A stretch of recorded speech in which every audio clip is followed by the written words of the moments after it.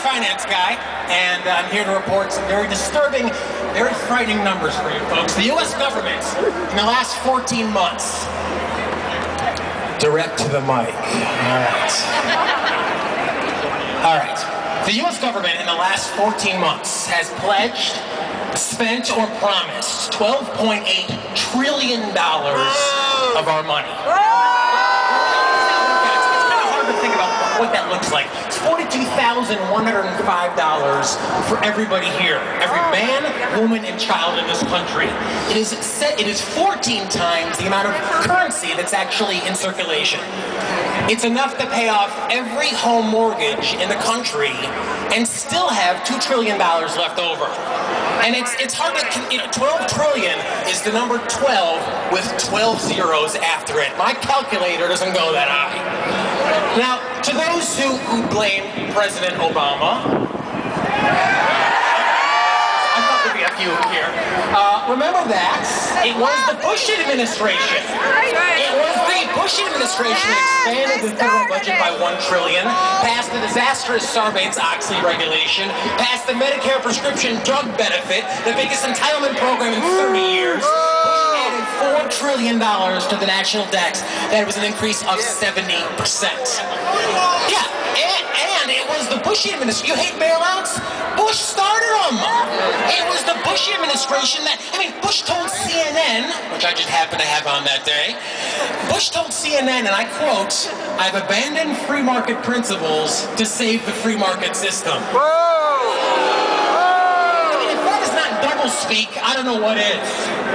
But I think today's protests, which are being held at 500 cities nationwide,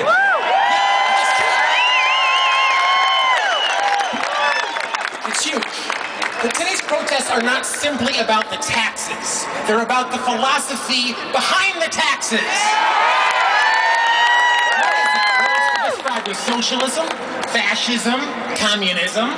I think in various contexts all are true, but let's refine it for a little bit.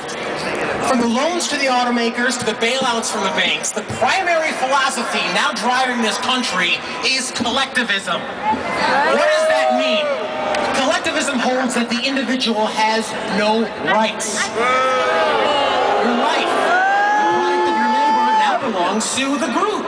So whatever they want, whether it's low mortgage rates, healthcare, green cars, green jobs, and education, anything at all, it now becomes your responsibility to provide it, whether you like it or not. And where do we see that? We see it in the taxes that take money from people who earn it and give it to people who have not. We see it in the language. All this talk of, we're all in it together. I am my brother's keeper. Shared sacrifice. It all speaks to the same idea. You are here to serve.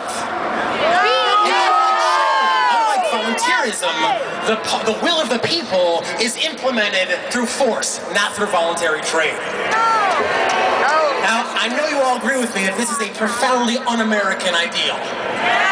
From the original Boston Tea Party came, of course, the Declaration of Independence, which put forth the morality of individual rights. In this country, hell yeah. In this country, you are born free. Not with the duty to serve the king, but with the moral right to live your own life. And life, liberty, and the pursuit of happiness refers to your life.